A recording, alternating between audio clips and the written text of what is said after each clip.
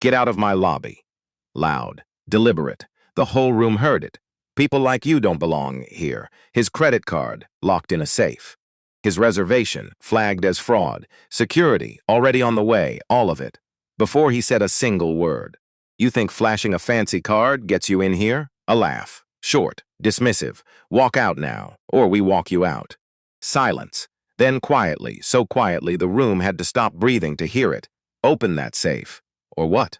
He looked up slowly. Or you'll spend the rest of your career explaining why you called the police on the man who signs your paycheck. The laugh died. This is my hotel, Grant. Every floor, every room, a pause, including the one you're standing in right now. 3 badges went red. The last guest. He had read it 4 times, and he still wasn't sure if he was angrier at the letter, or at himself for taking 14 months to open it. The envelope had no return address. Just a Portland postmark, smudged at the corner like someone had handled it too many times before finally letting it go. 4 pages. Handwritten. Blue ink. The kind of handwriting that belonged to someone and never stopped caring about it. The letter described in careful detail how guests were being sorted, not by reservation status, not by loyalty tier, not by how they looked when they walked through the door, by whether their clothes matched a certain invisible standard, by whether the person behind the desk decided, in the first 10 seconds, that they belonged. There was no signature, just a single line at the bottom of the last page. I used to believe in this place. Desmond Reeves folded the letter, tucked it back into the envelope, set it on the passenger seat of the rental car. Then he sat there for other 3 minutes doing nothing at all. Not because he was afraid. He had stopped being afraid of things like this a long time ago. He sat there because he was tired. The specific kind of tired that has nothing to do with sleep, the kind that builds up over years. Over every time you walk into a room and feel the temperature change before anyone has said a word. Over every sideways glance. Every question you weren't asked but could hear underneath the ones you were. He knew what was waiting for him inside that building. He had known since he booked the room. He got out of the car. Portland, Oregon. Late morning. The sky doing what it does here in autumn, holding the rain just long enough to make you stop expecting it, gray and full and patient. Desmond walked the 2 blocks at an easy pace, jeans, dark, a plain charcoal teal shirt, sneakers he had owned for 3 years because they fit well, and he had long since stopped letting footwear carry, meaning it wasn't designed to carry. A small shoulder bag, that was all. No rolling luggage, no designer anything. No assistant 2 steps behind him with a tablet and an earpiece. Just him. That was the point. Claire Sutton had offered to come. 3 times, in fact, across 2 days of conversation. Claire was his executive assistant of 6 years, knew his schedule better than he did, and had strong opinions about hotel lobbies that she had never been asked for and always shared anyway. She would have been useful. That was exactly why he said no. 3 times. This wasn't that kind of a trip. The Meridian Grand came into view at the end of the block. 42 stories of glass and stone, and the kind of architecture that wants you to feel something before you even push through the door. Desmond had signed the paperwork to acquire this building 8 years ago, when it was 6 weeks from foreclosure, members hemorrhaging money, and carrying enough accumulated debt to make his financial team physically uncomfortable in their chairs during the briefing. He remembered that day clearly, a Tuesday in November. He had worn these same jeans. He pushed through the revolving door. The lobby was beautiful. That part was still true. Marble floors that caught the morning light and distributed it in long, pale rectangles across the stone. High ceilings that made the space feel like it had been designed with generosity rather than efficiency in mind. The low, purposeful hum of a place that takes itself seriously. A fireplace on the far wall, doing the decorative work that lobby fireplaces do, sexting warmth without actually producing much of it. Roughly 15 people occupied the space, a couple near the windows, with matching luggage, and the coordinated weariness of people who had been traveling since before dawn. A woman working on a laptop by the fireplace, coffee at her elbow, absorbed enough in whatever she was reading that she hadn't looked up in several minutes. Two men near the elevator bay, talking with the particular intensity of people who are pretending they aren't working. And at the front desk, three people in uniform. Desmond saw them before they saw him. The one in the center was Grant Fowler. Desmond had studied the staff file Claire pulled 2 days ago, so the face was already familiar. 48 years old. 9 years at this property. Performance reviews that were consistently good on the numerical measures and consistently quiet on everything else. The kind of manager who hits his targets every quarter and never generates formal complaints, because the complaints that do materialize have a way of resolving themselves before they become official or disappearing. Fowler had silver at his temples and the posture of a man who had been told at some point in his career that he carried himself well and had been making that effort ever since. To Fowler's left, Brenda Talbot. 30 years old, a careful face, not unfriendly exactly, but calibrated. The kind of careful that comes from years of watching which way the air moves in a room before committing to anything. To Fowler's right, Wade Ostroff, 27. He had the quality of someone who had recently decided to model himself on a particular kind of professional confidence and was still working out the details. The smile he was wearing wasn't quite settled yet. It had the look of a tool being tested. None of them greeted Desmond when he walked in. Not a nod, not the automatic good morning that gets trained into front desk staff in the first week of any hospitality job. They looked at him. That happened. All three of them looked up when the door moved. But looking and acknowledging are different things, and what moved across their faces in that first moment was something closer to assessment than welcome. Desmond walked to the desk at a pace that was neither hurried nor hesitant, stopped in front of Fowler. "I have a reservation," he said. "Penthouse suite." "Name's Reeves." Fowler looked at him, then looked again. A second pass, slower than the first. The kind that happens when the first look produced a result that doesn't match an expectation, and the brain wants to run the check again. "Did you have the right hotel?" Delivered quietly, almost gently. The kind of question that could pass for helpfulness if you didn't know what was under it. Desmond held his gaze. "I do." At the concierge station set slightly apart from the main desk cluster, a 26-year-old named Lou Garrett was making a deliberate effort not to react to anything he was seeing. Lou had been at this property for nearly 2 years. He had the quality of someone who notices things, small things, the things that happen in the margins of interactions, and who has learned through a specific kind of experience that noticing and speaking are two different actions with very different costs. He had come in early this morning, earlier than his shift required, because the previous evening, running his standard pre-shift check of the next desk rolls, he had found a name that stopped him. D. Reeves, penthouse, owner-level clearance. He had looked at that last part for a long time. Owner-level clearance was a designation in the Pinnacle Hotel's reservation system that applied to exactly one category of guest. Not VIP guests, not top-tier loyalty members, not corporate accounts of any level, one category only. Lou had closed his laptop, made dinner, told himself his Susan certain. The name was not uncommon. He could be wrong. He had been wrong before about things he felt sure of. But 14 months ago, he had read a long profile piece in a business magazine on a Sunday afternoon when he had nothing else to do. And the photograph accompanying it had shown a man in his early 40s standing in an office. No suit jacket, no tie, plain clothes, a particular quality of stillness in how he stood. The same face that had just come through the revolving door. Lou's hand moved to the desk phone, stayed there for 3 full seconds, moved away. Because Lou was thinking about Theo Burgess, who had worked this same concierge desk before Lou arrived, who had been at this property for 4 years and had been, by every account Lou had gathered in the time since, the kind of employee a place remembers long after they've gone. Organized, attentive, the sort of person who remembered which regular guests preferred to be addressed by name and which ones preferred to check in without conversation. Theo had seen something he couldn't ignore.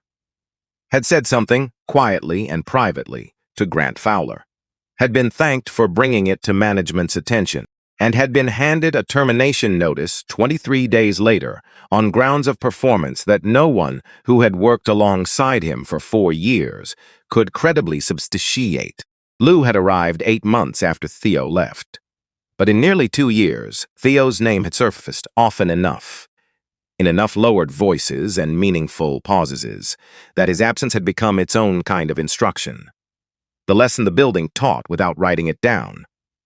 This is what happens to people who say the wrong thing to the wrong person. Lou picked up a pen, put it down, watched Grant Fowler pick up Desmond's credit card with 2 fingers, with the particular 2-finger grip of a person handling something they have already decided they don't want to touch. Desmond had placed the card and his ID on the counter with the same straightforward movement you use when you're setting down something you expect to be picked up normally. Fowler held the card up slightly, just enough to catch the light eye. "This is unusual," he said. "It's a credit card," Desmond said. Brenda Talbot moved one step closer to the intercom panel. The movement was small, practical, and had the practice quality of something done before. She pressed the button. Her voice went out across the lobby at a volume designed to reach corners. "Attention front desk, possible unauthorized guest requiring verification. Possible fraudulent payment method. Security awareness requested." The lobby didn't stop functioning, but something in it shifted. The couple by the windows looked up. The woman at the fireplace raised her head from her laptop. The 2 men near the elevator paused their conversation. Desmond did not raise his voice. "That announcement was about me," he said. "Fowler, standard procedure." "No," Desmond said. "It isn't." Wade Ostroff was already moving. He had had the small steel safe behind the desk open before anyone had given him a direct instruction to do so. He took the black card with both hands, which would have appeared respectful under different circumstances, and placed it inside the safe with a deliberate that was performing something for whatever audience he imagined was watching. The door shut. The lock turned. Wade turned back to Desmond with a smile. "We'll hold that for verification purposes," Wade said, "for security." Desmond looked at Wade for a moment, then at the safe, then at Wade again. "You just locked my property in your safe." "Standard procedure," Wade said, and he said it with the ease of someone repeating a phrase they heard from someone they want to be like. Desmond was quiet.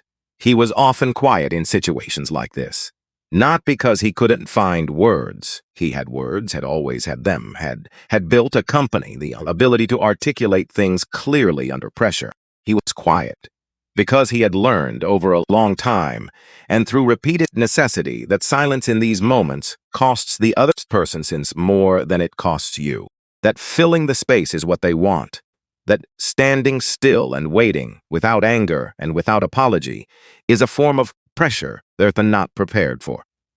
He had first understood this when he was 19 years old, on a sidewalk in Detroit in November. His father, Edmund Reeves, had spent 4 months setting aside money to book a birthday dinner for Desmond's mother at a hotel restaurant. Not a casual dinner. The kind that required a reservation 6 weeks in advance.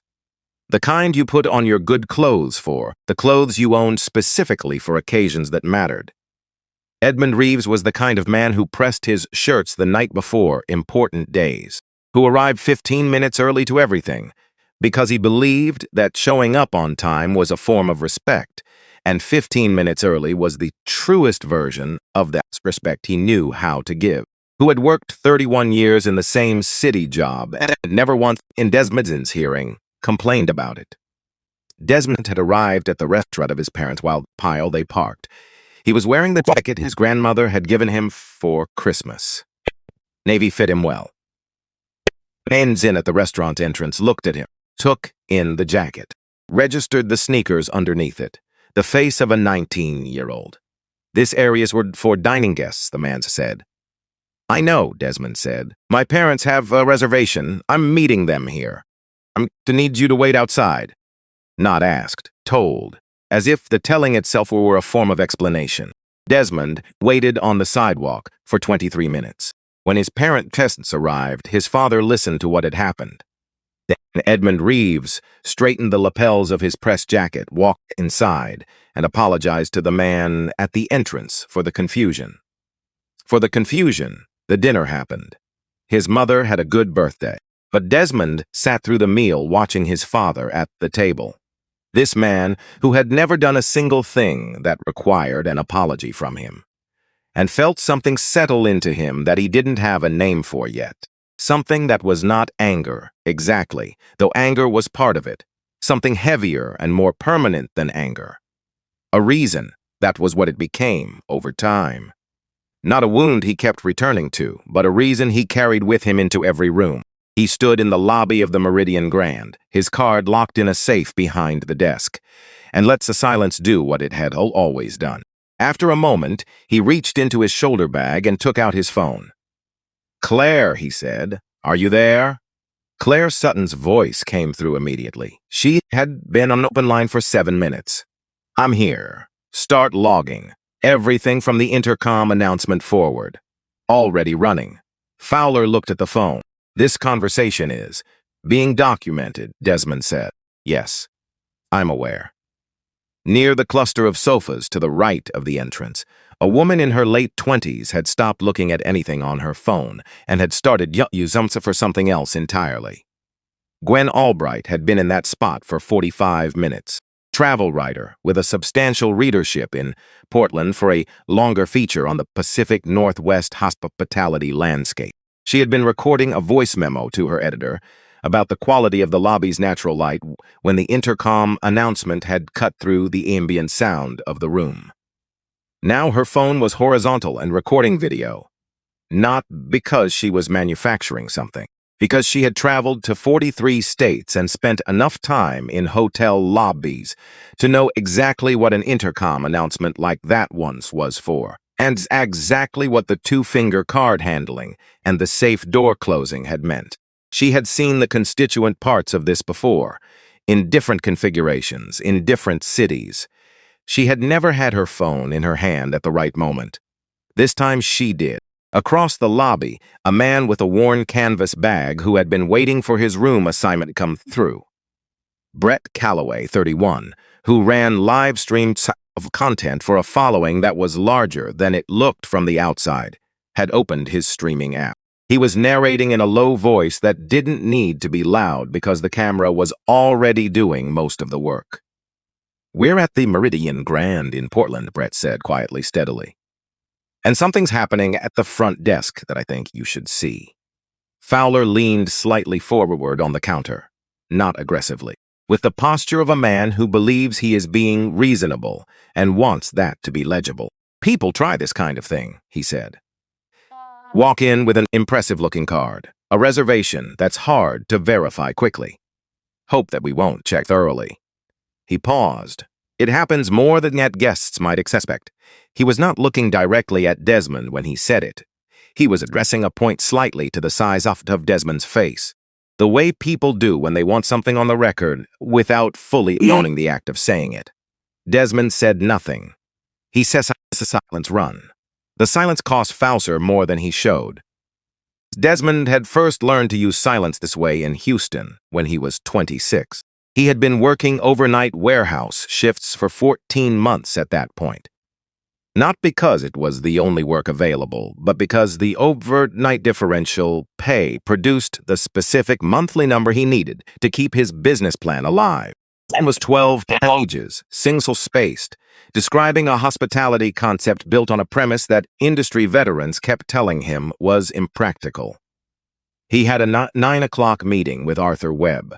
Webb was not prominent in the way the well-known investors were prominent. He was careful, thorough, 60 years old, had made his money in commercial real estate, and had a reputation for backing people that the more prominent investors had passed on. Webb had read Desmond's 12-page summary and called 3 days later to ask for a meeting. Desmond came directly from the warehouse. He had no time to go home first. He was wearing the uniform, name tag in his jacket pocket. He had pulled it off in the elevator, and the adhesive left a pale square on the fabric. The hotel had a business center off the main lobby where Webb liked to meet.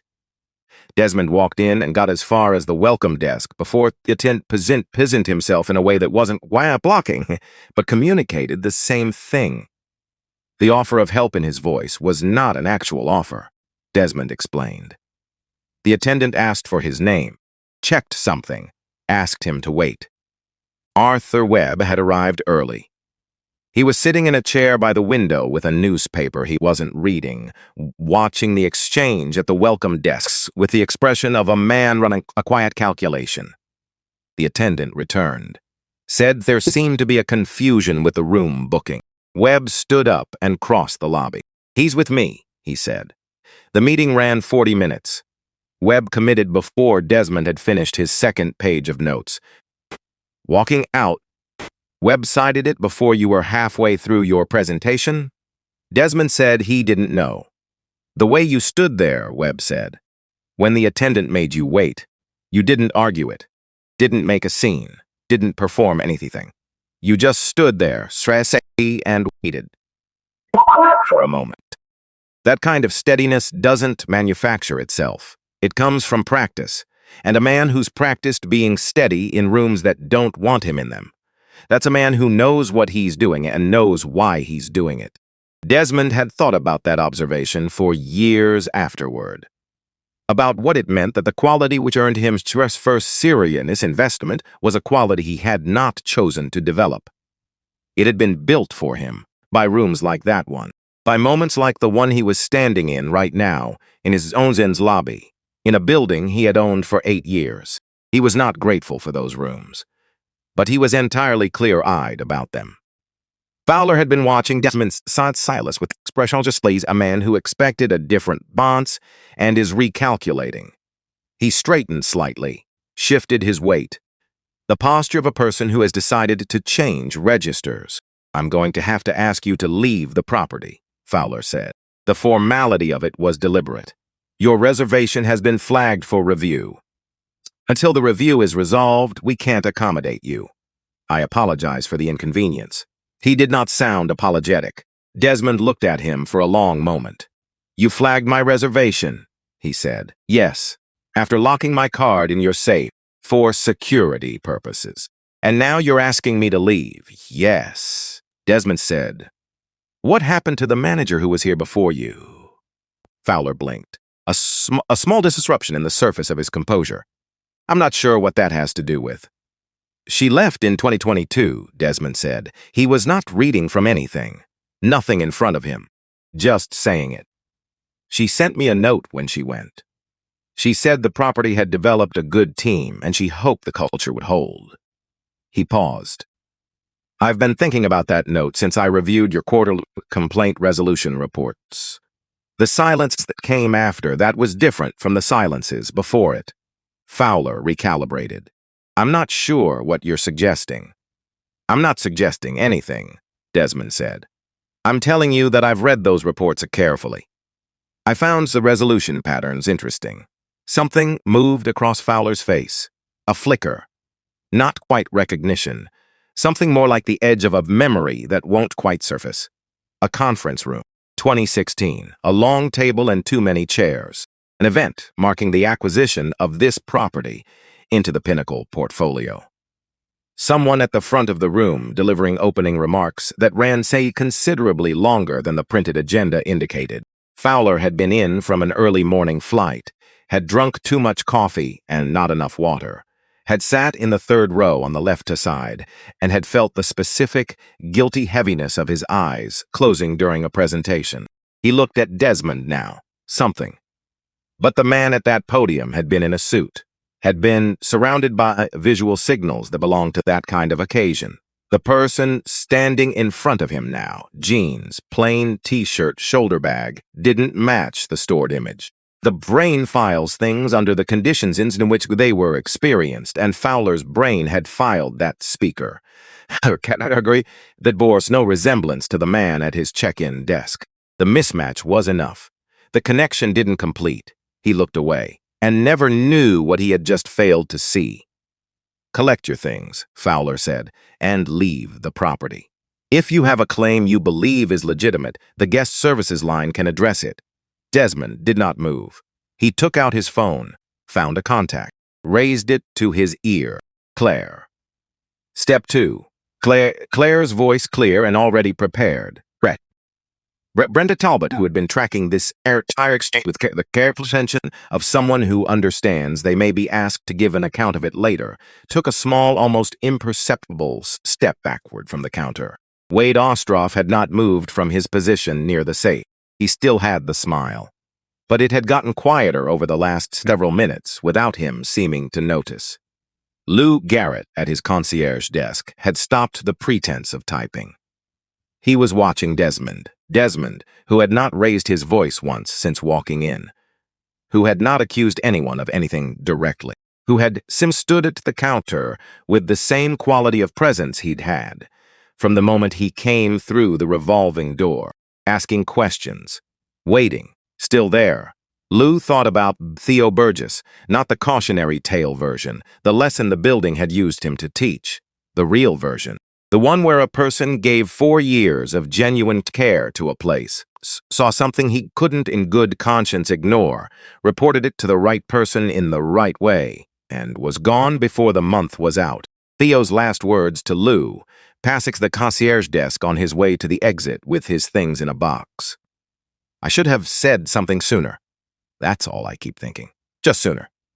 Then he had walked out and the door had closed and the building had gotten quieter in a way that had nothing to do with sound. Lou looked at his screen.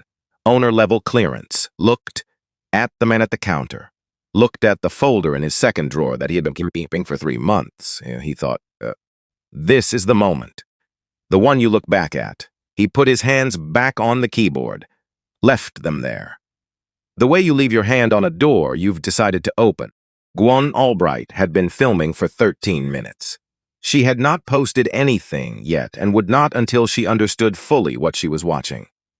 But she understood the shape of it. 43 states. More hotel lobbies than she could accurately count. She knew exactly what the intercom announcement had been for. What the 2-finger card handling had communicated. What a locked safe was meant to signal. She had been present for versions of this before and had not had the presence of mind, or the right position, or the charged phone battery to capture it while it was still happening. Today she had all 3. Brett Calloway had not said much since he started streaming. He understood that his job in this moment was to point the camera steadily and let the room generate its own narrative. He was good at that.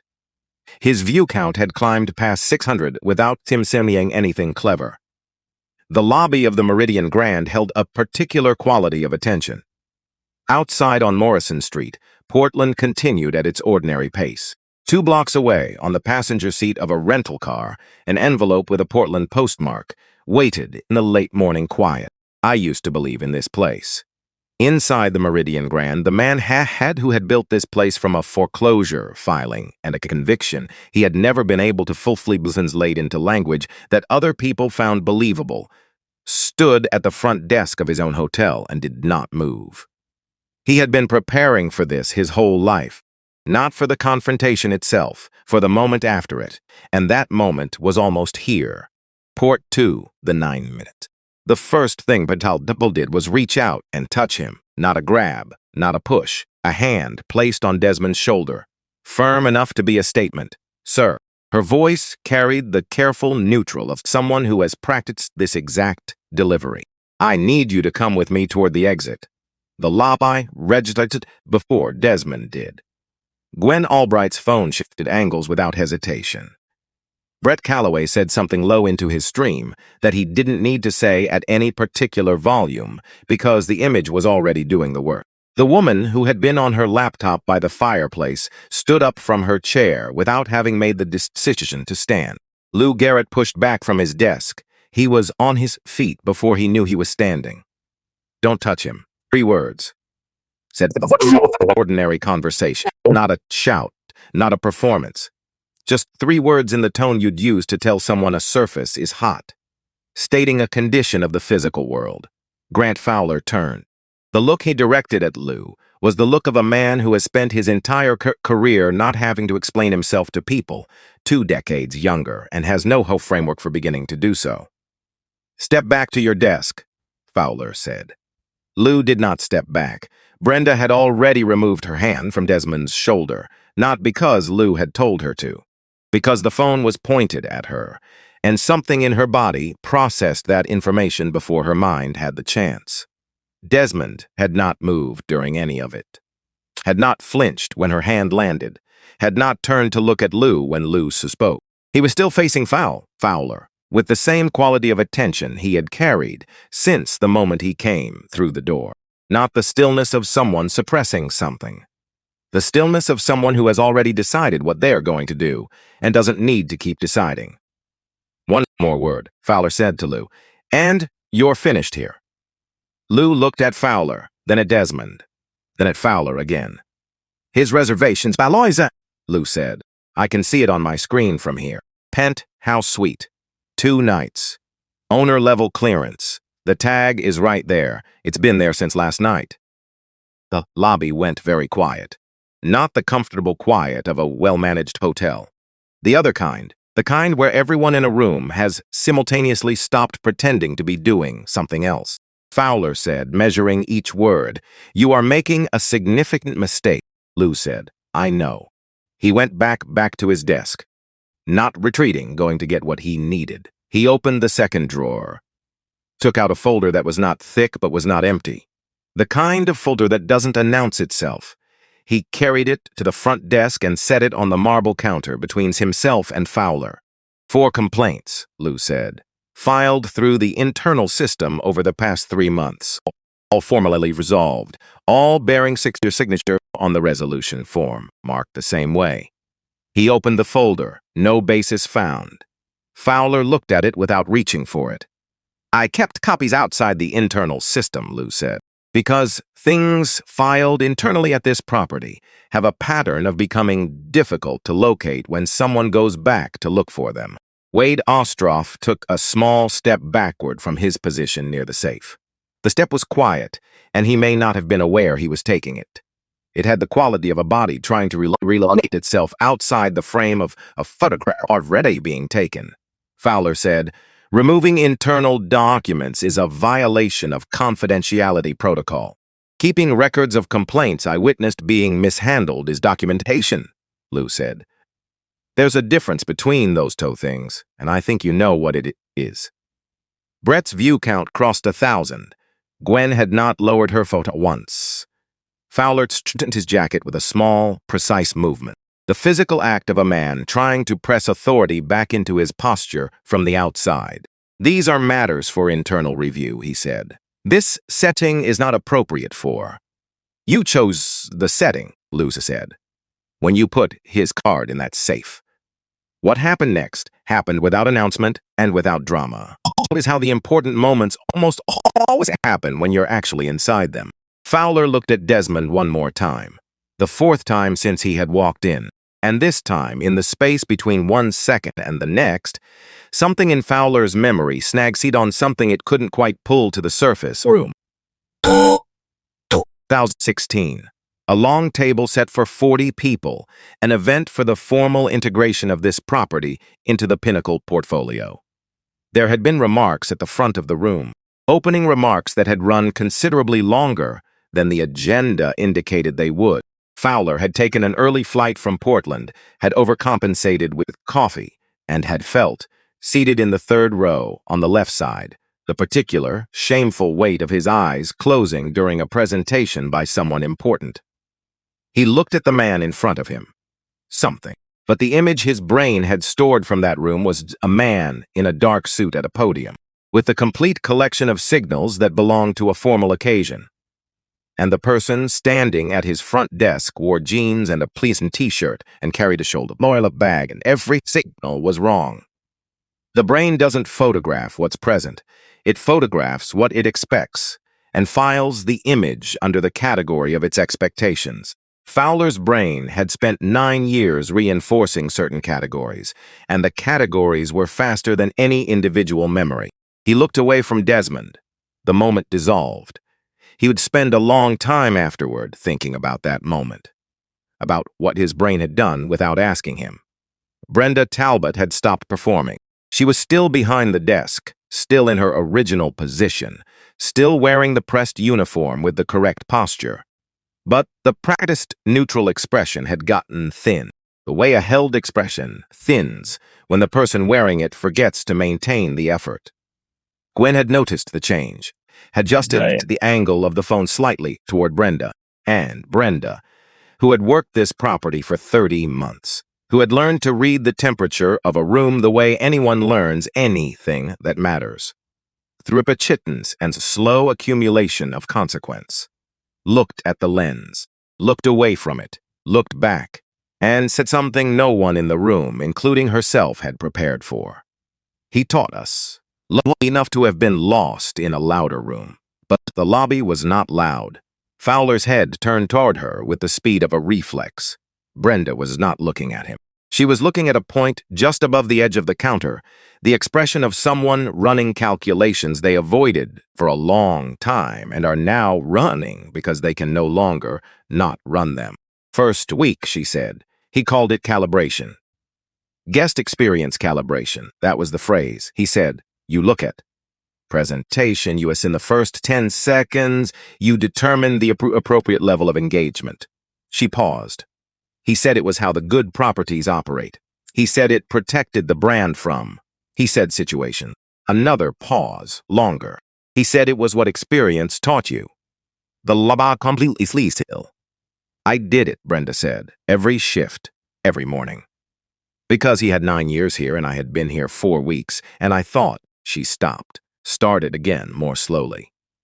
I didn't ask what we were actually doing to people. I told myself it was hospitality judgment, guest experience management. She looked at her hands. I wrote it down in my training notes on my phone. Because I was new and I wrote everything down. I still have those notes. Fowler said, what you're describing is not. I have the date, Brenda said, and the phrasing and the context. It's all there. Fowler said nothing. Wade Ostroff had found a specific section of floor near the safe that appeared to require his complete visual attention. In the middle of everything, Desmond turns toward the window. 1 second, 2. His right hand, at his side, closed slowly, fingers curling into his palm, a fist that held for 3 seconds and then opened again. Slowly, the way you release something you've been gripping without realizing it. Claire's voice in his ear, quiet enough that only he could hear. You okay, Desmond? I'm thinking about my father. A pause that held more in it than silence usually does then. Get Diane on the line. He turned back to face the room. The guests had been listening, and now, one at a time, they began to speak. It didn't happen all at once. It wasn't organized. It was the way speech happens when people have been carrying the moment from finally arrives when set it down big possible. The first person was a woman with white hair and reading glasses pushed up on her head from a book she had closed half an hour ago. She had the bearing of someone who has occupied hotel lobbies on multiple continents across several decades and knows exactly what she's looking at when she sees it. She did not raise her voice. I have stated this property 9 times, she said, to no one specifically and to everyone. Last December, I came with my granddaughter. She went to the spa desks on the 2nd floor to ask about available appointments. She was told that area was for registered guests. She was registered in my room as an additional occupant, exactly as the booking confirmed. She paused. She didn't tell me what had happened until 2 days later, because she didn't want to affect my trip. No one responded. She didn't need a response. A man in a navy jacket, somewhere in his mid-50s, who had been standing near the elevator bay and had been listening since the intercom announcement, spoke next. I had a bill dispute here in the spring. Was told clearly that hotel policy did not allow credits for early departure under any circumstances. I filed a dispute with my credit card company, and in the notes I mentioned that I intended to write a detailed review of the experience. Within 36 hours, there was a credit on my account. Same manager was copied on the adjustment. He looked at Fowler when he said same manager. No policy change noted. From near the entrance, a woman's pupil has glowed to women's events and had been at PP's additional context together. I called 8 weeks in advance to request a wheelchair-accessible room for my mother. I was told no accessible rooms were available for our dates. I booked anyway because the location was necessary for us. We checked in and the room directly adjacent to ours had the wider door frame and the grab bars. It was unoccupied for the first 2 nights of our stay. I asked at the desk on the second morning and was told the system had made an error in what was shown to me originally. She did not name the desk employee she had spoken to. She did not need to. Brett's view count had crossed 4,000. He had stopped narrating entirely. The room was generating everything necessary without any help from him. Fowler made a decision, the kind of decision that feels inside the moment like the only available option. The only door in a wall closing from every direction. You don't experience it as a choice. You experience it as the last remaining action. You take it and understand only later that there were other walls with other doors, and you could have checked at any of several earlier points. I'm calling the police, says Fowler said it sounded like a card, the last card he had. Desmond looked at him. Call them, he said. No challenge in it. No performance. Just a sentence. Fowler said what he needed to say in the compact, managed language of a man who still believed he was handling a situation. He hung up, looked at Desmond with the expression of someone who has moved a piece across the board and is waiting to observe the consequence. Desmond said, while we wait, "Can I ask you something?" Fowler said nothing but didn't look away. "When did you start here?" "I don't see what that." "March 2016, Desmond said. "Victor Hale brought you in. You had been at the Hargrove property in Denver for 4 years before that. Hale thought you were a strong fit for this location. You had 2 interviews. The second one was on a Friday afternoon. You drove up from Portland that day because you didn't want to put another flight on the expense report." The lobby. "Victor told me that," Desmond said, "when he was recommending you for the position. I reviewed his recommendation. I approved the hire." He held Fowler's gaze. "I signed your employment contract, Grant." The first name. Deliberate. Fowler's color changed. "And the integration event," Desmond continued, "when this property formally joined the Pinnacle portfolio in 2016-16. Third floor conference room, half-day session. Opening remarks that ran about 20 minutes past the agenda. You were in the 3rd row on the left side. You came in a few minutes after it started." Fowler stared. The safe was behind the desk. The card was inside it. The man who had been told, in every available way except direct language, that he did not belong in this lobby, had just described the specific circumstances of a Friday afternoon drive from Portland that Fowler had mentioned to perhaps 2 people in his entire professional life. Wade Ostroff was not breathing at his normal rate. Brenda had sat down on the stool behind the desk. Lou Garrett stood beside the front counter now, arms at his sides, watching Fowler with the expression of a person, watching something they have suspected, at the edges of their thinking, for a long time finally take a definite shape. Fowler said very quietly, "The way people speak when the available volume of their voice has been reduced by something. You were at that conference." "I ran that conference," Desmond said. "And then because it was the center of everything and it needed to be said without any decoration around it. This is my hotel, Grant. It has been for 8 years. You locked my card in your safe. You called the police to remove me in my own lobby." The sound that passed through the room was not a gasp. Gasps are sharp. This was something slower and more complete. The sound something releasing something they had been holding without realizing how long they had been holding it. Gwen's phone was still up. She had not shifted her position in 6 minutes. Brett said, into his stream, at a volume just above a murmur, "Did you just?" and stopped, because his chat feed was moving faster than he could follow, and the room was saying everything anyway. The white-haired woman said to no one, softly, "Oh, just the one syllable." It carried the weight of complete understanding. Fowler looked at Wade. Wade looked at the safe. Neither of them moved. Diane Mercer's voice came through Desmond's phone. He had set it to speaker without announcing he was doing so. The lobby heard every word. Diane did not preamble. Diane had never seen the value of preamble. Grant Fowler, Brenda Talbot, Wade Ostroff. Each name delivered at the same pace, the pace of each legal document being read aloud by someone who has read many legal documents and understands that the words do the work without assistance from inflection. Your employment with Pinnacle Hotels Group is terminated effective immediately. System access has been revoked as of this call. You will receive written confirmation within 24 hours. Legal correspondence will follow as relevant. 3 pages, one after the other. The device on Fowler's lapel made a short sound and went red. Brenda's clipped to her desk station. Wade's near the safe. Red, red, red. Fowler looked at his badge. Then at Desmond. He opened his mouth, closed it, opened it again, and what came out was not authority or procedural language or any of the registers he had operated in all morning. You could have said who you were, he said. His voice had found somewhere new to come from. Somewhere without any of the infrastructure that had been supporting it. When you came in, you could have just said. Desmond looked at him for a long, unhurried moment. I told you my name, he said. I showed you my identification. I presented my reservation. I put my card on your counter. He paused. The question isn't why I didn't volunteer more. The question is why what I gave you wasn't enough. Fowler had no answer for that, because there was no answer that was not also a confession. Wade said from near the safe, in a voice that had lost all the confidence it had been performing. I was just following, I thought. I was only. Open the safe, Lou said. Wade looked at him.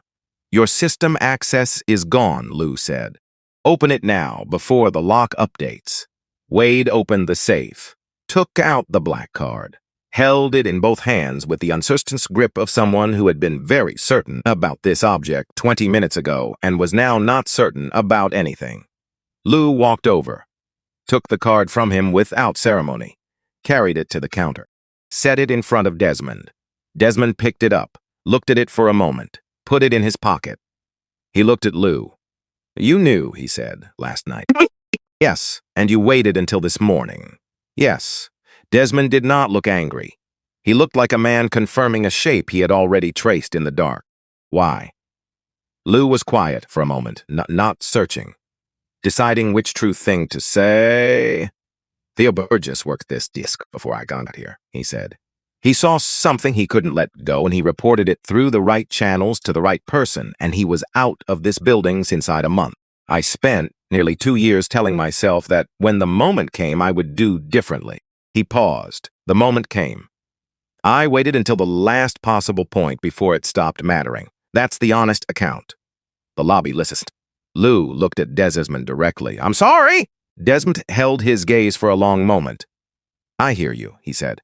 Fowler made one more attempt. It was the attempt of a person who has lost everything except the habit of attempting. The pattern running on momentum after the reasons for running it have been removed. You engineered this, he said. You came in dressed the way you did on purpose. You let it develop. That's not how an owner operates. That's not leadership. Desmond said, I walked into a hotel I own and asked for my room. You knew what would happen. I hoped I was wrong, Desmond said.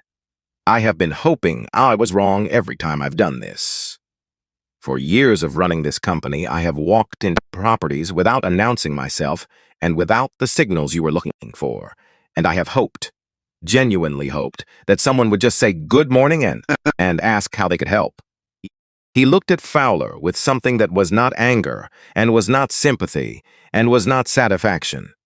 I am still waiting for that to be what happens.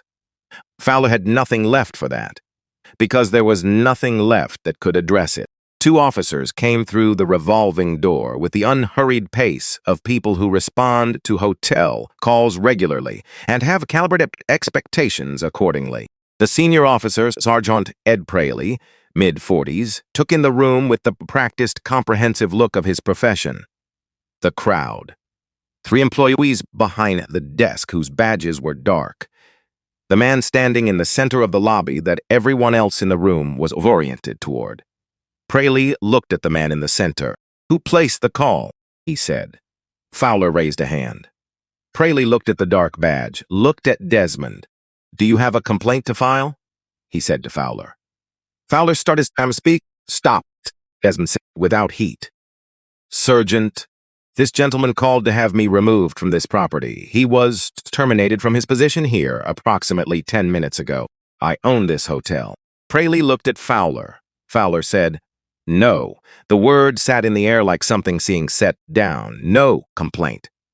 Nodwood once made a full, slow circuit of the room with his eyes, caught Gwen's recording, caught Brett's stream, caught the number on Brett's screen, looked at Desmond once more with the expression of a professional who has assessed a situation and found that nothing in it requires his intervention. He left. The revolving door completed its cycle. The lobby breathed. After the officers left, the atmosphere in the room settled into something different. Not celebration. Not the charged energy of a confrontation recently ended. Something quieter and more permanent. The specific atmosphere of a room in which something has happened that cannot be undone. And everyone present knows it. Fowler, Brenda, and Wade gathered their personal items from behind the desk. It took less time than it should for people who spent years in this building. They moved through the lobby without making eye contact with anyone. Not with hostility. There was simply nothing left to make eye contact with anyone for. The revolving door took each of them out in turn. When it completed its rotation behind Wade, the lobby was different. Not in any way that was visible. The marble was the same. The ceilings were the same. The decorative fireplace continued its decorative work. But the air in the room had changed in the way that air changes when the thing that has been wrong about a space is no longer there, and everyone who remained was still adjusting to the new shape of it. Brett Calloway said into his stream, barely audibly, 18,000 people just watched that. The white-haired swab sat back down, pulled out her book and opened it to the page she had been on when all of this started. Did not read it, just held it open. Gwen Albright finally lowered her phone. She looked at Desmond, then at Lou, then at the door. She thought, some things you film, some things you just need to be present for. And then she thought, I did both, and I couldn't have done only one. Lou stood at the front counter. Desmond stood in the center of the lobby. Between them, roughly 12 feet of marble and nearly 2 years of things that had not been said. Neither of them filled the space yet, because some things need the space before they become words. Part 3. The door. Built. The lobby not empty, immediately after the revolving door closed behind Wade Ostroff. People stayed, not out of spectacle seeking, though there was some of that mixed into it, as there always is when something significant happens in a public space. Mostly they stayed because the atmosphere in the room had shifted into something worth remaining inside. The particular quality of air that follows something long held and finally broken open. Like a room after a window has been opened that had been painted shut for years. Diane Mercer's voice came back on the phone before Desmond had moved from where he was standing. Ready, she said. He stepped a few feet to one side. Not for privacy. There was no privacy in this room, and both of them understood that, but for the few inches of space that thinking requires. Tell me about Hale, he said. Diane had been Pinnacle's legal director for 5 years. Her voice sounded identical, whether she was delivering useful news or the other kind, which was one of the qualities Des valued most about her. Victor Hale, she said, retired from Pinnacle 6 months ago. You know the circumstances. He did. The retirement had been suggested rather than arrived at independently. Over the previous 2 years, a pattern of HR flags had accumulated, each one addressed individually. None of them ever allowed to connect into a formal case or a documented pattern. Until Claire, about 18 months prior, had laid them side by side on a single page and shown Desmond what they looked like together. Even then, Desmond had made a choice. He had weighed the cost of a forceful proceeding against the company's need to move forward without a protracted internal investigation, and he had chosen the path with less noise. Hale left. Quietly. With the appropriate exit paperwork, a brief statement about retirement, and a handshake. No investigation, no full accounting, no audit of what he had built and left behind. Standing in the lobby of this property, Desmond was thinking about that choice with the clarity he hadn't had when he made it. The emails, he said. 14 in total, Diane said, between Hale and Fowler. The correspondence runs across roughly 8 months in 2022 and 2023. The language is careful. Nothing in any individual email states as discriminatory instruction directly. He uses phrases like maintaining guest experience standards, protecting property culture, brand consistency practices. A pause. Reads in sequences with the context of what we witnessed this morning. The direction of the instruction is not ambiguous to anyone reading in good faith. When did the last one go out? 7 days before Hale submitted his retirement paperwork. Something settled in Desmond's chest.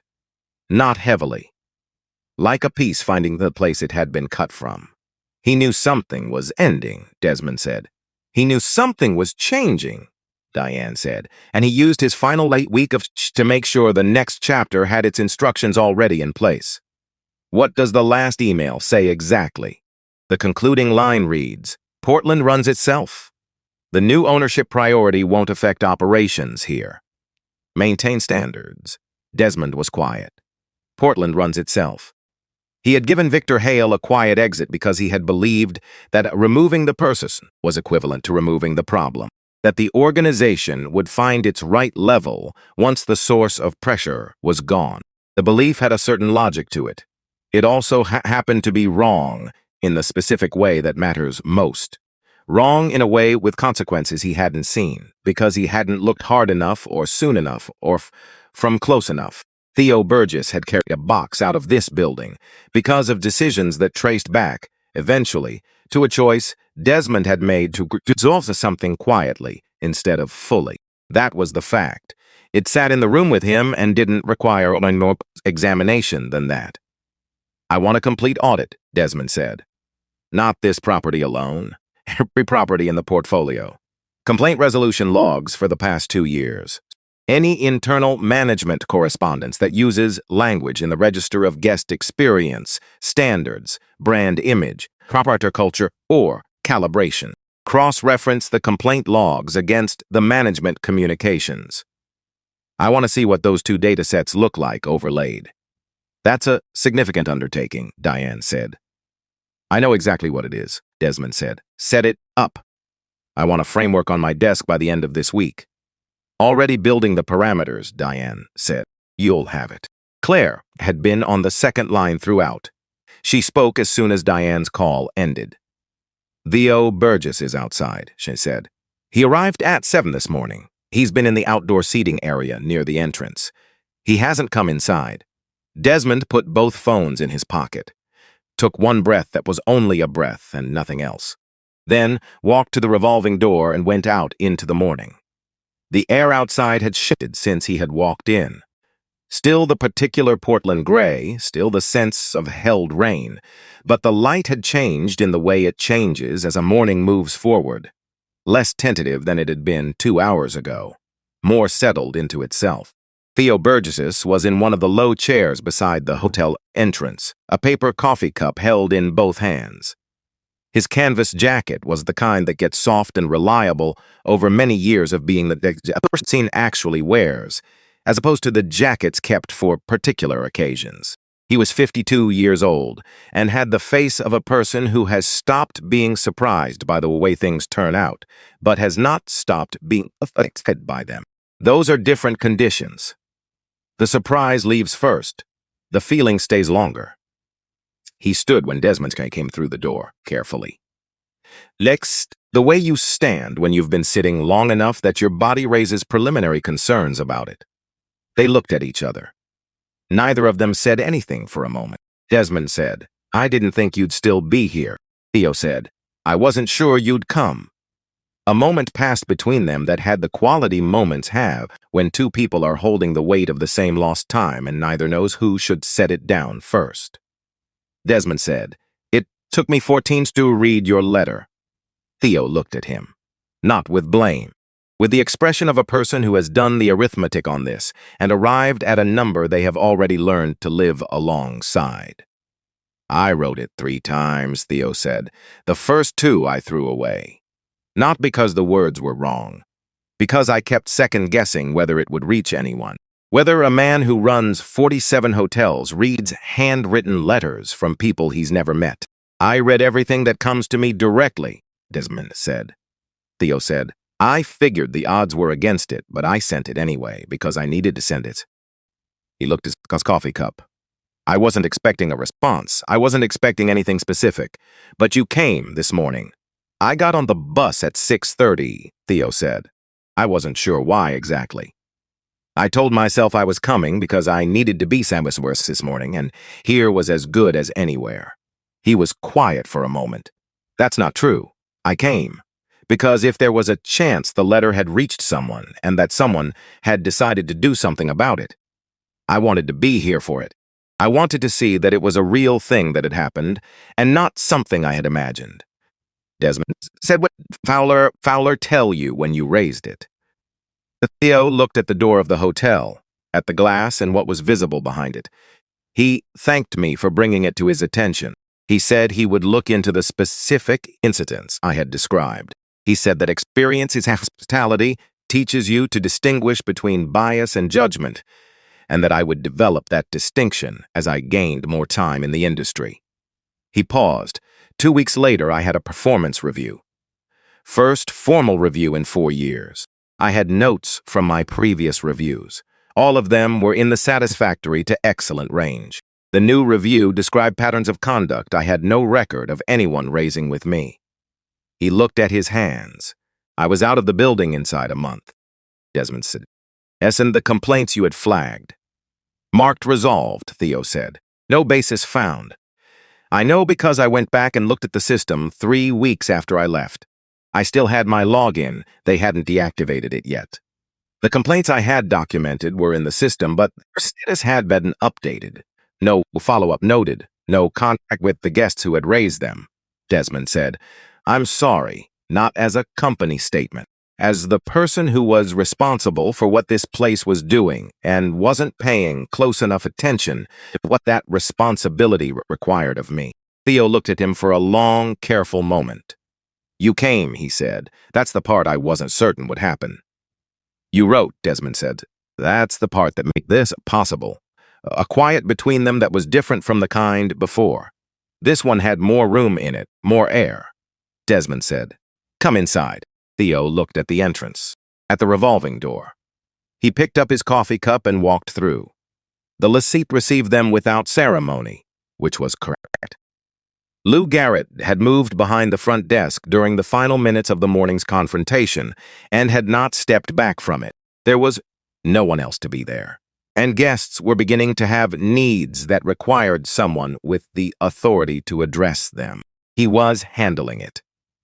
Not perfectly. There were gaps in his knowledge of the desk systems that he was bridging with what he knew about the proper time from years of working adjacent to it. But competently. And with directness that was already different from the way the desk had been run when it had other people behind it. When Desmond and Theo came in together, Lou looked up. He knew Theo's face. He had found the old staff directory in an archived folder about a year into his time at this property. Fowler had moved it rather than deleted it, which said something, and Theo's photograph was in it. In nearly 2 years, the name had surfaced often enough in various contexts that the face had become familiar, the way faces become familiar when they stand for something that a place doesn't know how to talk about directly. Lou looked at Theo. Theo looked at Lou. Between them, the desk they had both worked, in different years, and what each of them knew about what working it had meant. Neither of them had language for it yet, but something passed. The acknowledgement between two people who have occupied the same position in different chapters of the same slunko story, and understand, without needing to explain it, something is essential about what the other one has been carrying. Desmond said, Lou, how is it at the desk? Stable, Lou said. New check-ins are paused until staffing is clarified. 2 guests who were waiting on room assignments have been moved into available upgrades. The breakfast service is running independently. They haven't needed anything from the desk. The phones have been active for the past 30 minutes. What kind of calls? Both kinds. media requests, which I've been logging and not responding to, and calls from past guests, people who saw the stream in some cases. In other cases, people calling about their own experiences at this property. Log everyone, Desmond said. Name, date, the nature of what they're describing. Anyone with an unresolved complaint gets routed directly to Claire. She'll coordinate follow-up personally. Understood. No form responses, Desmond said. If someone called, they get a perchance to actually do something. Within 48 hours. Lou nodded. Gwen Albright was still in the lobby. She had put away her phone and taken out a small notebook that she was writing in with the particular focused efficiency of someone who has learned that writing close to the moment is different in quality from is reconstructing from memory later. Brett Calloway had ended his stream. He was sitting in the chair he had occupied for the past 2 hours, looking at his phone with the slightly dazed expression of someone watching a number that is larger than they expected and is still moving. The white-haired woman was still in her chair. He had finally opened her book to the page she had been on when the intercom announcement stopped the morning. But she was not reading. She was holding the book in her lap and looking at the fireplace. Desmond stood in the center of the lobby. He did not step up onto anything, did not ask for attention. He was simply standing in the place he had been standing all morning, and by now everyone remaining in the room was already oriented toward him without being asked. I didn't come here today to do what just happened, he said. He let sit.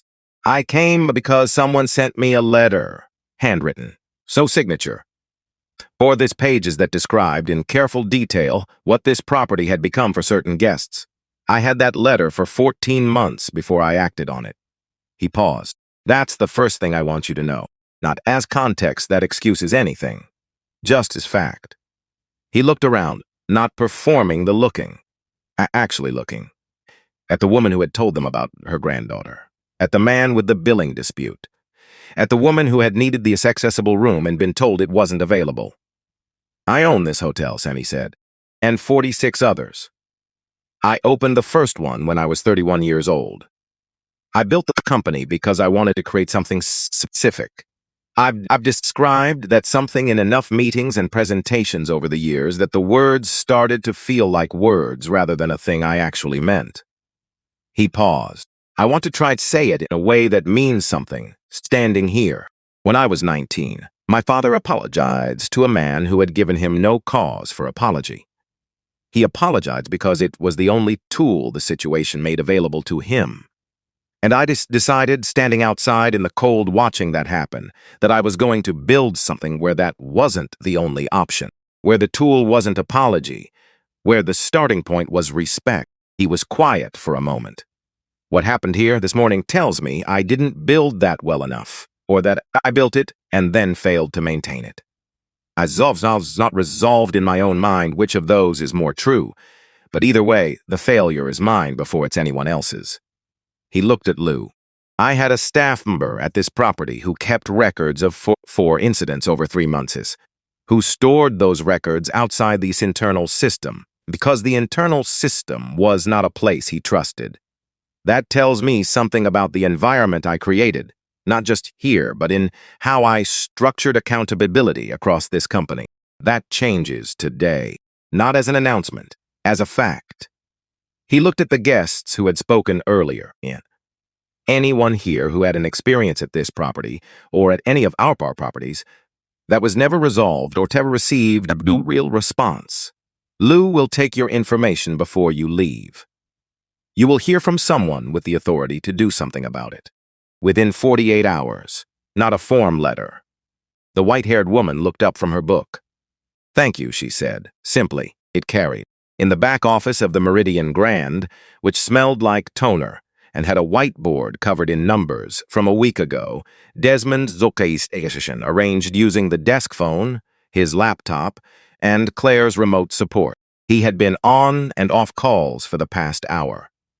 Through the small window in the door, he could see the lobby, and he found himself looking through it more than the calls strictly required. It was one of the better views he had had from an office in some time, and it had nothing to do with the architecture. Diane called back. Hale's attorneys have made contact, she said. They want a meeting to discuss the emails and how they relate to his exit agreement. Next week, post. I'd recommend we take the meeting.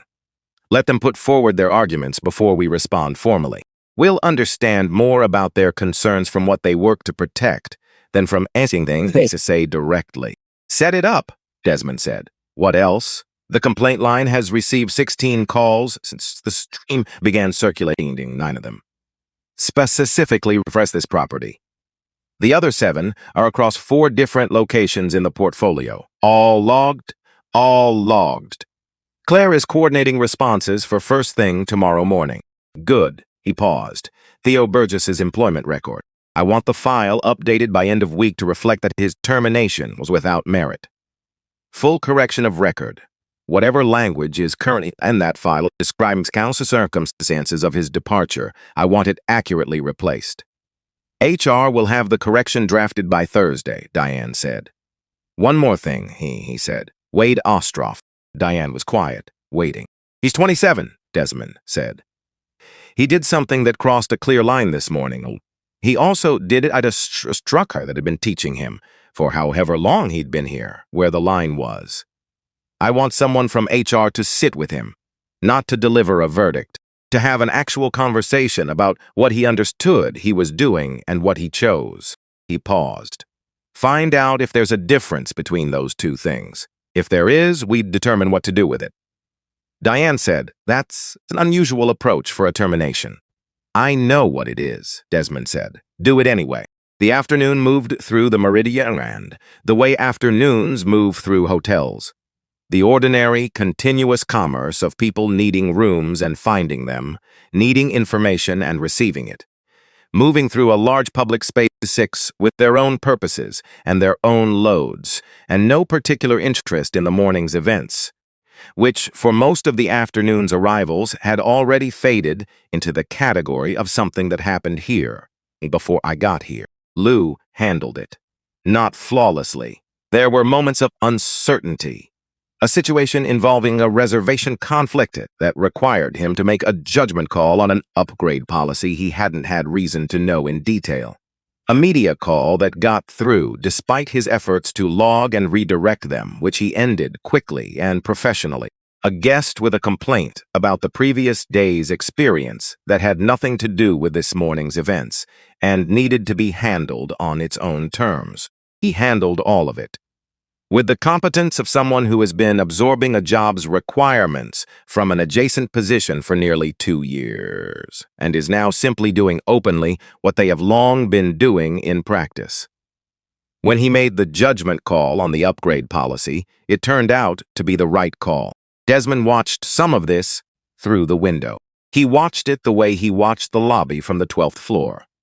Not because supervision was the point, because seeing it happen was different from being told it was happening, and he had learned enough times that there was no substitute for the differences. Gwen came to the desk late in the afternoon, rolling bag in hand, notebook under her arm. I'm going to write about this, she said to Lou. A full account. Everything I witnessed from the beginning of the morning. I want you to know that's coming. Write it. Accurate what I do, she said. That's what I do. She looked at the lobby, at the marble and the light. It's a beautiful space, she said. Then, I hope the inside stays as good as the outside from now on. She went through the revolving door. Brett stopped by briefly. He didn't say anything. He looked at Lou, gave a single nod. The kind that means I was here for something that mattered and I know it. And Lou returned it. Then he was gone too, and the lobby went on being a lobby. Lou found Desmond in the back office at around 5 o'clock. He knocked on the doorframe and waited. Come in, Desmond said. Close the door. Lou did. They sat opposite the desk that had been used for whatever administrative purposes this room usually served. The whiteboard with its week-old numbers stood behind Desmond's chair. Lou said, I've been thinking about what I want to say to you. I've had most of the afternoon to figure out how to say it, so I want to say it well. Desmond waited. I recognized your name last night, Lou said.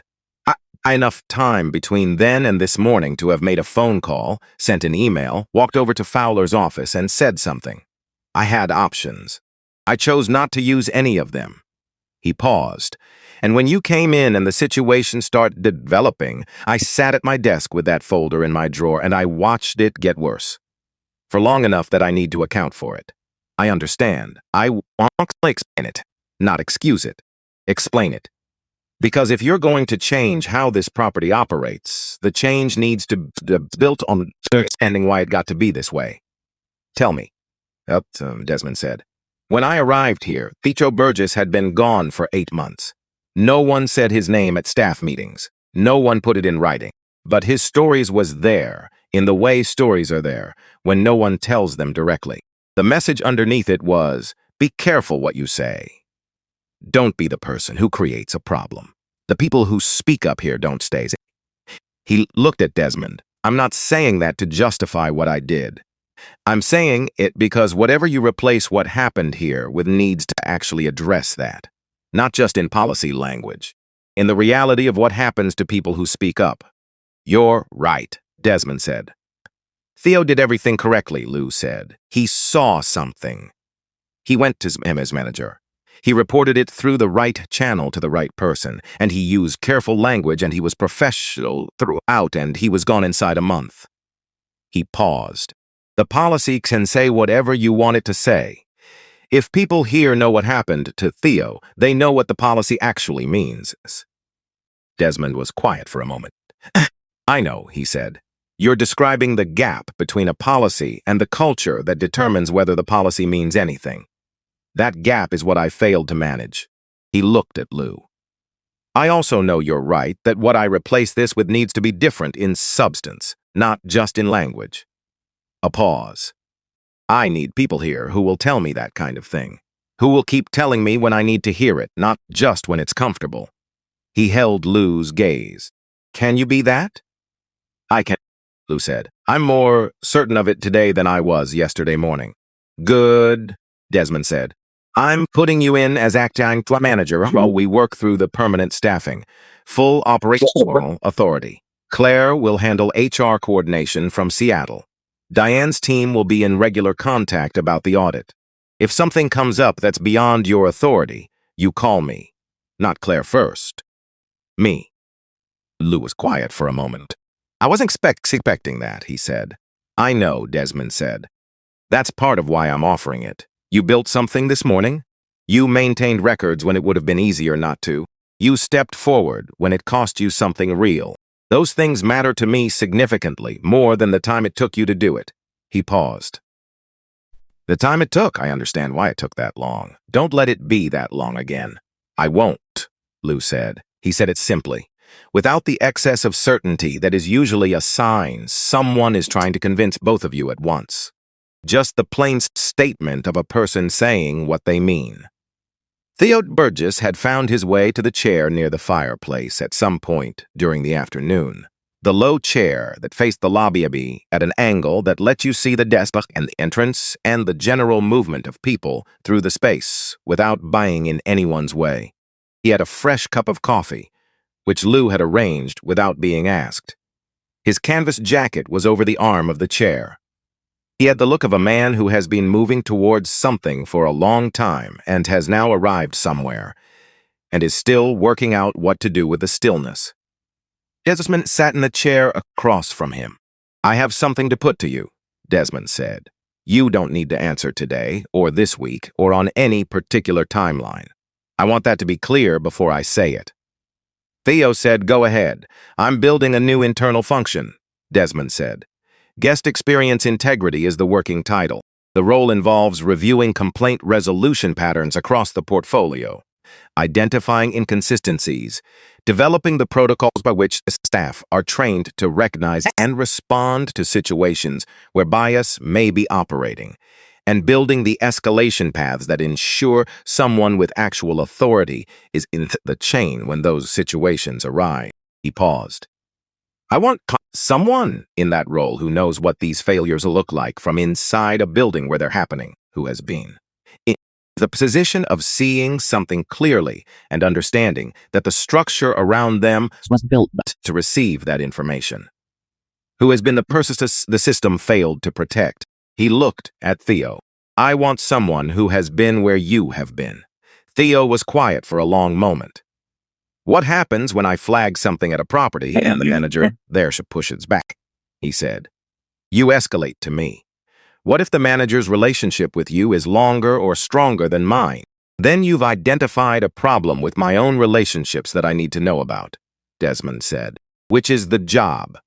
Theo considered this. And if I find problems that trace back to decisions you made, he said. The way this morning did. Yo, tell me, Desmond said. That's the job. The whole point is that someone has to be willing to tell me things I don't want to hear. That's specifically what I'm trying to build. Theo looked at the lobby around him, at the marble and the high ceiling, at Lou at the front desk, handling an arrival with a straightforwardness that made the transaction look uncomplicated, at a couple near the fireplace who had been there for an hour and seemed to have forgotten the hotel was a hotel and thought it was just a comfortable place to be. I'll think about it, Theo said. Take whatever time you need, Desmond said. They both knew, without needing to say it, what the answer would be. Theo got gotten on a bus at 6:30 in the morning and ridden across city on the chance that something might be different. That was the yes. Everything after it was the paperwork. At 6:30 in the evening, Theo got up to leave. He stopped at the front desk on his way out. Lou was there, working through the end-of-day desk reconciliation, cross-referencing the upgrades he had issued that afternoon against the system records. Theo said, I'm going to head out. Lou looked up. I'll let him know, Lou said. He paused. For what it's worth. He stopped, considered how to say it. Writing the letter. It's the reason this happened today. Theo looked at him. You keeping that folder is the reason it resolved the way it did. I kept it 14 months after you left, Lou said. You should have been here to use it yourself. Theo held his gaze. Yeah, he said, I should have. He went through the revolving door and the evening took him. Lou stood at the desk for a moment after he left. Then he went back to the reconciliation. Desmond found him there at 7 o'clock when the desk had quieted and the lobby had taken on the lower key energy of a hotel evening. Go home, Desmond said. Lou said, I'm almost through the reconciliation. Leave it. Claire will send you access to the remote system tonight. You can finish it from anywhere. Lou looked at the desk, at the papers in front of him, at the lobby around them. It's a good lobby, he said. It is, Desmond said. Lou gathered his things. Said good night. Went through the revolving door. Desmond stood at the front desk alone for a few minutes. Behind him, the counter, the computer system, the now empty safe with its door hanging open. In front of him, the lobby. The marble and the light and the fireplace doing its decorative work, and the chairs where people had sat all day and said true things about their experiences. He thought about the morning, about Fowler's face when he had described the Friday afternoon drive from Portland, about Brent saying he taught us with the expression of someone running arithmetic they had avoided, about Wade with the locked safe and the smile that had gone quiet, about Lou with his folder in his second drawer, about the woman whose granddaughter had been sent to wait in the lobby, about the man who had gotten credit only after he threatened a review, about the woman whose mother had needed a room that supposedly wasn't available, about Theo on a chair outside with cold coffee at 7 in the morning, not knowing if anyone was going to come. He picked up his shoulder bag, walked to the revolving door, went out into the Portland evening. The city had moved into its night rhythm. The rain that had been held all day had finally arrived, soft and steady, the kind of Portland rain that doesn't insist on itself. He walked the 2 blocks to the rental car, got in. On the passenger seat, the envelope. Portland postmark, 4 pages of blue ink, a single line at the bottom of the last page. He picked it up. He was going to keep this one somewhere he could find it again. Knitted General Old Correspondence Archive. Somewhere specific. Somewhere he would encounter it on the occasions when the audit reports were looking better, and the complaint lines were quieter, and it became tempting to believe The problem had been resolved because the visible part of it had been addressed. He would need to remember what this morning had felt like from the inside, not the part where he had the authority, the part before that. Standing at the counter of a building he owned and having his card taken and being told, in every language except words, that he didn't belong. Not because the feeling was useful for grievance. He had never been able to sustain grievance for long and had stopped trying, but because the feeling was information about how far the work still went, about how many mornings like this one were happening in his properties and in other properties, and in rooms that weren't hotels at all, and how much of it. It was invisible to the people with the authority to change it, precisely because they were the people with the authority. He started the car. 3 months later, the Meridian Grand in Portland looked exactly as it had before any of this happened. The marble floors caught and held the morning light. The ceilings were what they were. The fireplace on the far wall maintained its decorative warmth. The lobby had the same hum of a place that takes itself seriously, but a lobby is not made of marble. Lou Garrett stood behind the front desk at 8:45 on a Tuesday morning. The nameplate read General Manager. He had worn it for 11 weeks and had stopped feeling surprised by it around week 6, which he took as a sign not that he had gotten comfortable, but that he had gotten settled. He paid attention to the difference. The morning's first complication had arrived at 8:15. A reservation discrepancy involving a guest who had booked through a third-party platform and whose room type was not what the internal system reflected. Lou had resolved it in 12 minutes, with an upgrade and a note in the file for the platform liaison to address the sync issue. The guest had thanked him in the particular, slightly startled way of someone who had been prepared for a negotiation and found they didn't need one. At 8:30, a call from a past guest who had stayed here the previous April and wanted to know if the complaint she had filed about a check-in experience had ever been reviewed. It had not, according to the file. Lou told her that her original complaint was being reviewed as part of a broader process that the property was undertaking, that someone would contact her within 48 hours with a specific response, and that he was sorry it had taken this long to reach her. She was quiet for a moment. Then she said, "Thank you for actually saying that." At 8:40, the morning's first new arrivals began coming through the revolving door. A family came in at 9:15. Father, mother, 2 children, a girl of about 8 and a boy of about 10. The children had the particular glazed quality of people who have been in a car since before breakfast and are operating on the threshold of their patience. The parents had the luggage situation mostly but not entirely under control. The father had the expression of someone who has been driving for a long time and is all its aura composing himself for the next obstacle. Lou looked up before they reached the desk. He smiled. The kinds that is simply the person being glad to see another person arrive. "Good morning. Welcome to the Meridian Grand." He was already at the keyboard. "Let me get you all checked in." The father's expression changed, not dramatically. The small, visible exhale of a person who had prepared themselves for a cue, a process, a series of things to be asked and confirmed, and found that none of that was going to be required. Oh, he said. "That would be great. Thank you."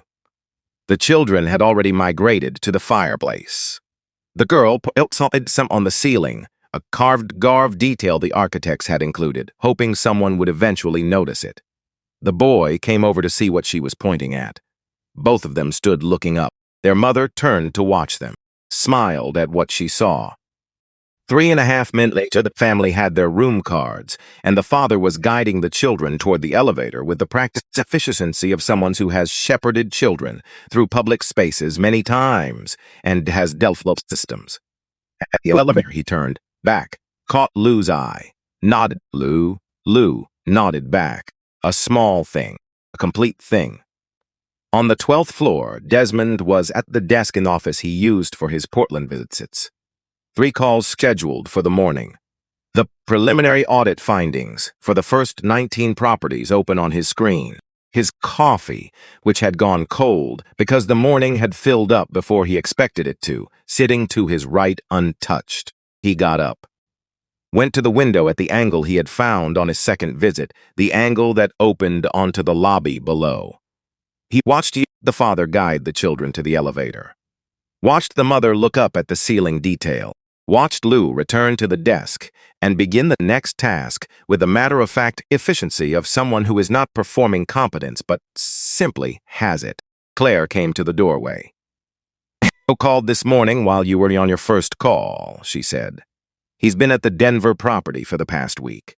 He said the complaint resolution logs there show a pattern similar to Portland's, but the property manager had already begun addressing it before Theo arrived.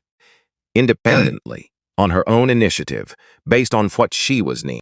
"Who is she?" Desmond said. "Her name is Patricia Alderman. She's been 6 years. Theo said she didn't know there was an audit coming. She had just decided the patterns she was seeing weren't acceptable and started working on it." Desmond looked at the lobby. "Tell him to acknowledge it in his report," Desmond said. "What she did. By name." "He already did," Claire said. "He flagged specifically as evidence that the problem isn't structural across the board, that some people in the portfolio are already doing the right thing without being watched." "That's the most useful thing he's told me so far," Desmond said. Claire said. "He also said the new protocols are being received well at 3 of the 5 properties he's visited. Mixed response at the other 2. "What kind of mixed?" "Compliance at the surface level," Claire said. "He's not sure the substance is there yet. He said he'd rather give you the honest number than the one that sounds better." "He's right to," Desmond said. He looked at the lobby a moment longer. The family's elevator had closed. The mother was at the desk now, asking Lou something. Lou was answering. Whatever she had asked, the answer was yes, because she nodded and thanked him and moved toward the elevator herself. Lou looked up after she'd gone. From the 12th floor, Desmond couldn't tell if Lou could see him at the window, but Lou looked up in that direction for a moment anyway, the look of someone checking something, and then he went back to what he was doing. "The Brenda Talbot meeting," Claire said. "HR completed it last week. The summary is in your queue. Tell me the relevant part." She accepted the context as accurate, Claire said. She told the HR team that she understood she had a choice and made the wrong one, and that understanding it as a systematic training doesn't change that she participated. She asked if there was a path back to the industry. Claire paused. HR told her that wasn't a decision we were positioned to make for her. "That's right," Desmond said. "It isn't." She also said, and this is in the summary, that the thing she regrets most isn't the termination. It's that she wrote down the calibration training on her first week and filed it under professional development, and didn't stop to think about what she was writing. Desmond looked at the lobby. "Note that," he said, "in whatever format we develop for the new training protocols. The fact someone can write down discriminatory instruction, file it under professional development, and not recognize it as what it is, that's what the training has to address. Not just what the rule is, what the rule is for." "I'll pass it to Theo," Claire said. "That's exactly the kind of thing he asked to be flagged." "Wad Ostroff," Desmond said. "HR met with him last Thursday," Claire said. "He was honest about what he had understood he was doing. He knew it wasn't right while he was doing it. He chose it anyway because he thought it was what was expected of him and what would be rewarded." She paused. "HR's assessment is that the choice to perform rather than simply comply puts him in a different category from Brenda. The recommendation is to uphold the termination." "I agree with that," Desmond said. He let the decision sit in the room for a moment without adding anything to it. Some things don't need more than what they are.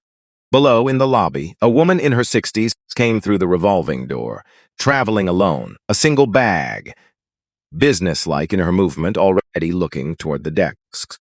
Lou looked up, smiled, said something that Desmond couldn't hear from 12 floors up. The woman's shoulders dropped about half an inch. The specific physical release of a person who has walked in, braced for something, and found the bracing wasn't needed. She smiled back. Not the reflexive smile of a social exchange, but the real one, the small, surprised one. That happens when something is better than you expected it to be. Claire said. Desmond watched Lou and the woman work through the check-in. Watched Lou hand her the room card. Watched her look at it. Look at Lou. Say something that made him laugh briefly. The real kind, not the professional kind. And then move toward the elevator. Not yet, Desmond said. Give me another minute. He stood at the window. He had built this company on a reason that had begun on the sidewalk in Detroit. He was 19 years old. That reasons through every property he acquired, every hire he made, every decision about what the company was for and how it would operate. It had stayed clear to him, even when the company got large enough, that the reason felt far from the daily decisions. He had always believed he was building toward it. This morning, he was watching someone do the thing the reason was for. No ceremony, no announcement. Just a person behind a desk looking up when someone walked in. The lobby went on below him. People arriving, people moving through, the ordinary continuous exchange of a place that exists to receive people and make them welcome. A child near the elevator pressed the button and watched the light above the door, the way children watch things that are about to happen. A man on his phone crossed the lobby toward the restaurant, already in the conversation that would occupy his lunch. Two women at the fireplace chairs leaned toward each other, in the posture of people catching up on something that matters to them. Desmond looked at all of it. He thought about what Theo had told Claire, that some people of the portfolio were already doing the right thing without being watched. Patricia Alderman in Denver, 6 years at her property, looking at a pattern and discussing it wasn't acceptable and starting to fix it before anyone told her to. That was the thing you couldn't mandate. That was the thing the protocols and the audits and the escalation paths were designed to protect and enable, but couldn't create on their own. The quality in a person that makes them decide something is wrong and start working on it because they believe it's wrong, not because someone is measuring whether they do. He couldn't build that into a policy, but he could build a company that didn't punish it. That was the work that was left. That was the work that would always be left. But below him, Lou looked up toward the 12th floor again. This time, Desmond was almost certain Lou could see him. Lou gave a small nod, the kind that means I see you and things are good down here. Desmond returned it. Then Lou went back to the desk, and Desmond picked up his phone, and the morning continued. The door was open. That was the thing. That was all of it. It had always been about the door.